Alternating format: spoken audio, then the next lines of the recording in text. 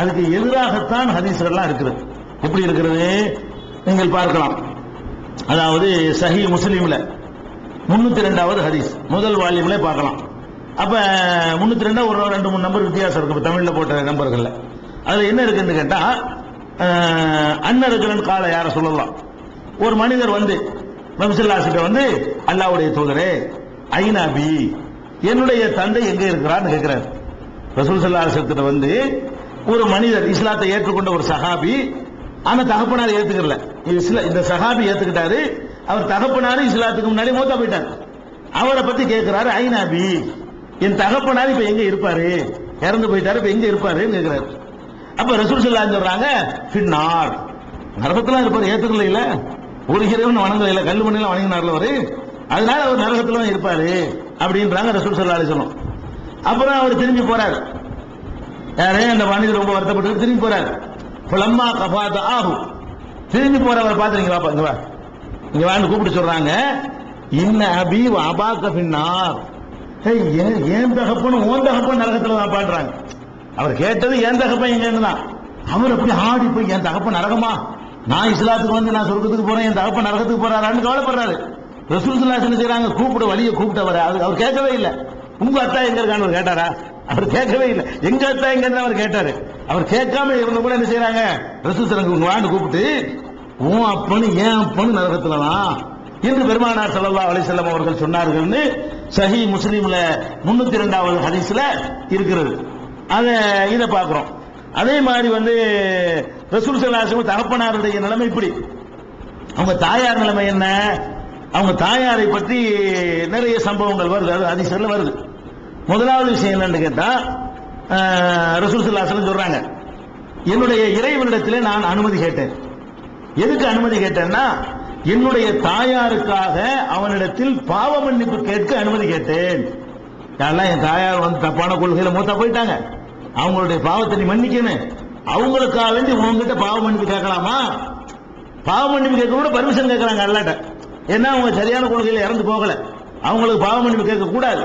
அதுக்காக என்ன செய்யறாங்கன்னு கேட்டா, இஸ்தஅதன்து ரப்பி, என் இறைவனிடத்திலே நான் அனுமதி கோரினேன், அல்லைய அஸ்தக்ஃபிரு லி உம்மி, என் தாயாருடைய பாவத்தை மன்னிப்பதற்காக வேண்டி, மன்னிப்பு கேட்கறதுக்காக வேண்டி அல்லாஹ்ட்ட பர்மிஷன் கேட்டேன்.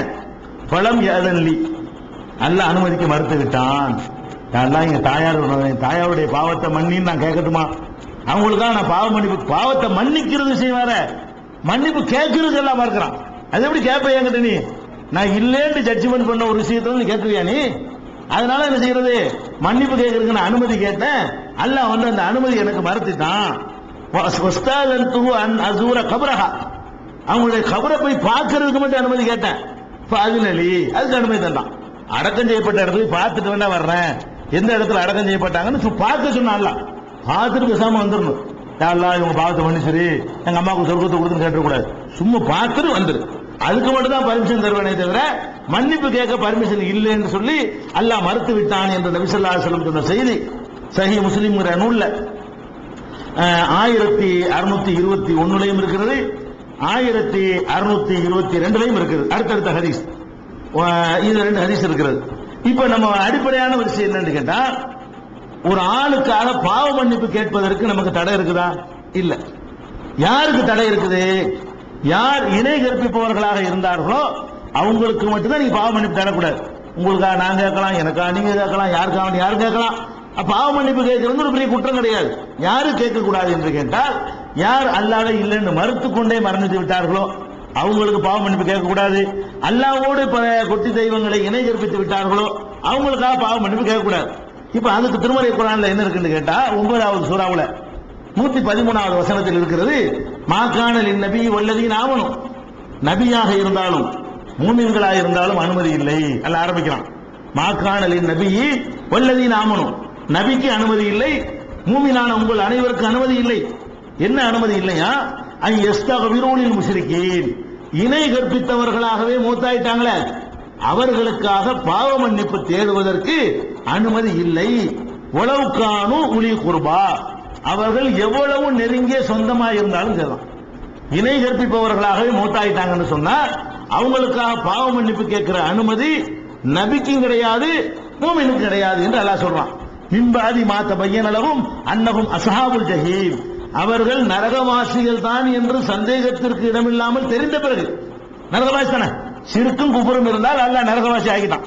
சிறுக்குன்னா இணை கற்பிக்கிறது, குஃபுர்னா அல்லாஹ்வை இல்லைன்னு மறுத்துறது. நாத்திகமா இருந்தாலும் சரி, பல கடவுளை நம்பினாலும் சரி, ரெண்டுமே நரகத்தில் உடனே தள்ளிடும். அதுக்கு பாவ மன்னிப்பு கிடையாது. உசுரோ இருக்கும்போது அவரை தெரிந்து கொண்டால் தான் பாவ மன்னிப்பு இருக்கிறது.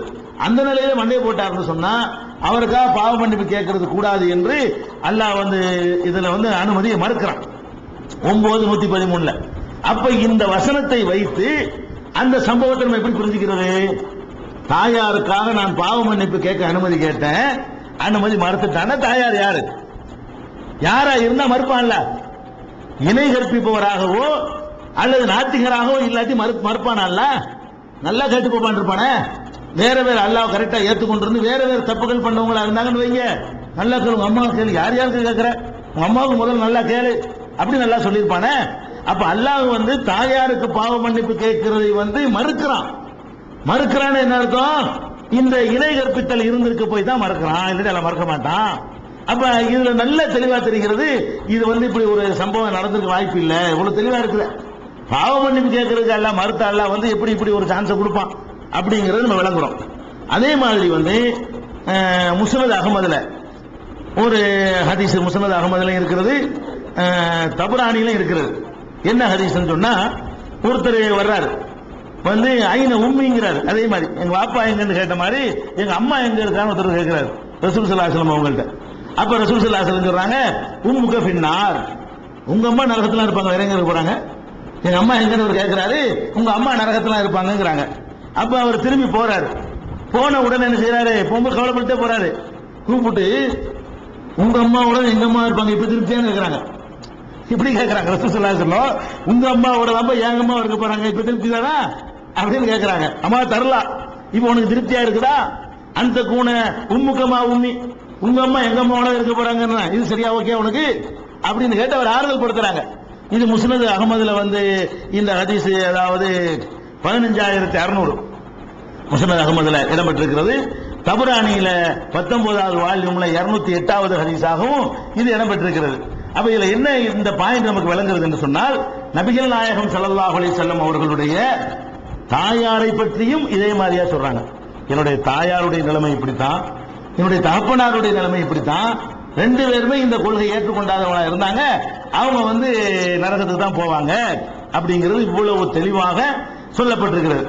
அதே நேரத்தில் இன்னொன்றை நீங்க பார்க்கணும், இதெல்லாம் அப்படியே கண்டினியூ ஆனா ஓகே, திரும்ப உயிராக்கி ஏற்றுக்கொண்டிருந்தா, அதாவது திரும்ப கேள்வி வரும், திரும்ப அவங்களுக்கு உயிரை கொடுத்து அவங்களே இந்த ஈமானை ஏற்றுக்கொண்டுட்டு மூத்தா போயிருந்தா அது ஒண்ணு இதுக்கு மோதல் ஆகாத அப்படிங்கிற மாதிரி ஒரு ஆர்குமெண்ட் வறுமையானால், அதுக்கு அல்லாஹ் திருமறை குர்ஆன்ல அதை அடிக்கிறான். எப்படி அடிக்கிறான்னு கேட்டா, 4வது சூரத்து நிசாவுல 17, 18 ரெண்டு வசனங்களும் எடுத்து பார்த்தோம்னு சொன்னா அல்லாஹ் சொல்லி காட்டுகிறான், இன்னம தௌபத்து, பாவ மன்னிப்பு என்பது யாருக்கு என்றால், லில்லதீன அலல்லதீன யாமலுன சுவ பிஜஹாலத்தின், ஒரு கெட்ட காரியத்தை அறியாமல் செய்துவிட்டு சும்மா யத்தூபூன மின் கரீபின், உடனடியாக தௌபா செய்து கொள்கிறார்களே அவர்களுக்கு தான் தௌபா இருக்கிறது. உலாயிக்க யத்தூபுல்லாஹு அலைஹிம், அவர்களைத்தான் அல்லாஹ் மன்னிக்குவான். கானல்லாஹு கஃபூர ரஹீமா, அல்லாஹ் மன்னிக்கிறவனாகவும் இரக்கமுள்ளவனாகவும் இருக்கிறான். 4:17 சொல்றான். 4:18 சொல்றான், வலைசத்தி தௌபா, தௌபாங்கிறது கிடையாது. யாரு கிடையாது? லில்லதீன யாமலுன ஸய்யிஆத், தீமையான காரியங்களை செய்து கொண்டே இருக்கிறார்கள். எது வரைக்கும் என்றால், ஹத்தா இதா ஹதர அஹதஹுமுல் மௌத், மரணம் அவர்களுக்கு வர்ற வரைக்கும், சக்ராத் வர்ற வரைக்கும் செய்து கொண்டே இருக்கிறார்கள். அது வந்த உடனே கால இன்னி துபுத்துல் ஆன், நான் இப்ப தௌபா செய்கிறேன் என்று சொல்கிறார்களே, மரணம் வரும்போது தௌபா செய்கிறார்களே அவர்களுக்கு மன்னிப்பு கிடையாது அப்படிங்கிறான். வலல்லதீன யமூதுன வஹும் குஃபார், மரணிக்கும் போது காபிராக மரணிக்கிறார்களே அவங்களுக்கு மன்னிப்பு கிடையாது. அப்ப மரணிக்கும் போது காபிரா மரணிச்சுட்டாங்க ஆயிடுச்சுன்னு சொன்னா அதுக்கு பிறகு